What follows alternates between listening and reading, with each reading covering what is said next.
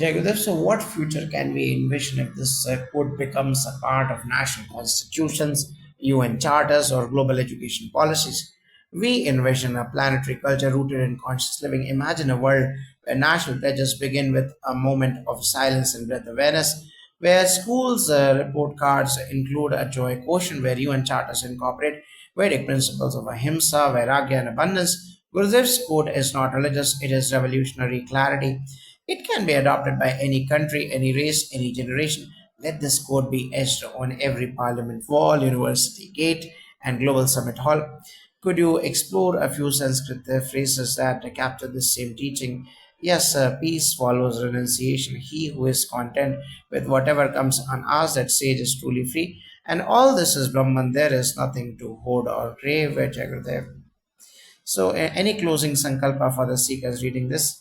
Yes, let this be your sankalpa from today. I choose to live like the sun, shining without expectation. I choose to breathe in with gratitude, walk with awareness, and give without fear. And let abundance flow through me, not to bind me, but to bless the world. Jagadev.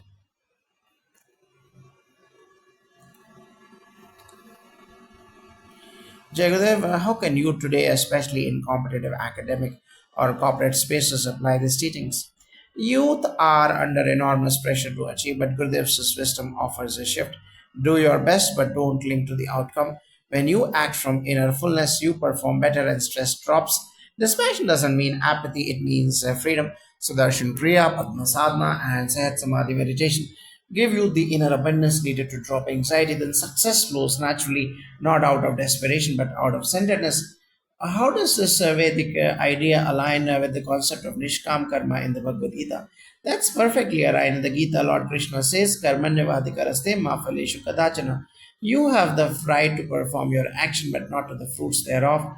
This is dispassion in action. When one acts without craving for results, the action is purer and ironically abundance follows. Gurudev's teachings is a distilled, a modern version of that eternal truth. When your mind is uncluttered by outcome, you are a clear instrument of divine intelligence. Can someone be abundant and still be deeply spiritual? Absolutely. In fact, true abundance is a spiritual quality. When your mind is expansive, free of jealousy or fear, you naturally attract joy, health, wealth, even success. But this abundance does not trap you, it flows through you. Gurudev often says, have desires, but don't be feverish about them. A dispassionate spiritual seeker can still be a dynamic CEO, artist, or innovator. That's the beauty of this wisdom. It integrates the sacred and the secular. What role do rituals like Upanayana and Agnikaram play in cultivating dispassion? These rituals are tools of purification and inner alignment. Upanayana introduces the seeker to Gayatri, the mother of all Vedic mantras, which expands consciousness. Agnikaram teaches us to offer, not hoard. When you light a fire and offer oblations, you practice letting go. This repeated symbolic surrender trains the mind in vairagya or dispassion, leading to inner richness and contentment. Gurudev bridges these ancient rules with modern living beautifully.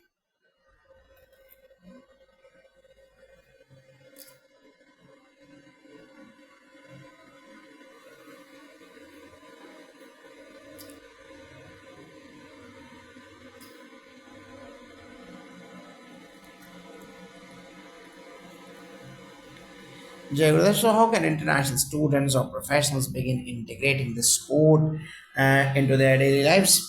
Start small. Every morning, sit for 10 minutes of silence, observe your breath, contemplate this code. Add Sudarshan Kriya to your routine and watch clarity blossom in the workplace. Act 100%, but don't grip the results. In relationships, give love freely, but don't demand in return. You will notice life gives more what you expect less.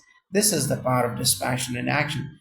Can you offer and tell us how does this philosophy help leaders in high pressure roles such as CEOs, civil servants, and judges? It gives a freedom from ego, fear, and burnout. Gurudev has worked with such leaders globally. When dispassion enters, the decision making becomes calm and intuitive, not reactive. When leaders are not attached to praise or criticism, they lead with clarity, not insecurity. Programs like the Art of Living TLEX and Apex help senior leaders cultivate this inner peace. It's not detachment from work, it is involvement without entanglement. How did ancient rishis exemplify this abundance dispassion cycle? Look at Rishi Vashishta or Rishi Arjunavalkya or Rishi Dandichi. They had access to divine knowledge. Their kings sought their advice. Yet they lived in simple ashrams, asking nothing for themselves. That's the power of inner wealth because they had no cravings, the universe served them. The Upanishad Rishis didn't preach poverty, they exemplified santosha or contentment, and that attracted blessings, disciples, siddhis, and divine grace. Gurudev walks in that same parampara. If someone still feels empty or lacking, how should they begin? Begin with acceptance and breath. Don't fight the lack, observe it. And Gurudev says, emotions are like clouds, let them pass through regular breathing practices and meditation. The inner cycle clears and the sky clears.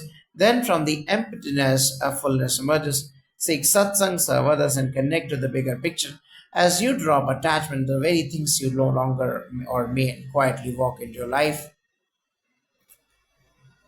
So, how can families bring this wisdom into their home culture, especially while raising children?